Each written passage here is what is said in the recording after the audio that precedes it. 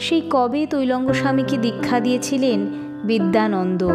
তারপর বহুদিন গুরু শিষ্যে আর দেখা নেই। কিন্তু জহুরই ঠিক জহর চেনে। এই দীর্ঘ অদর্শনের মধ্যেও যখনই কাশীধামের প্রসঙ্গ উঠত, তখনই বিদ্যানন্দ আলোকারীকে শুনিয়ে দিতেন, কাশীধামে একটাই দেখার জিনিস রয়েছে, তার নাম তৈলঙ্গ স্বামী। সেই বিদ্যানন্দ হঠাৎ এলেন কাশীধামে তৈলঙ্গ স্বামীর আশ্রমে।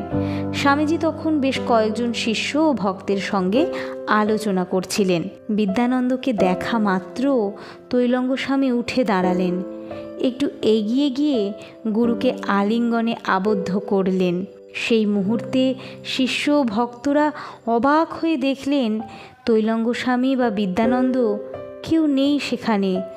সবিস্ময়ে সকলে ইতিউতি চাইলেন, কিন্তু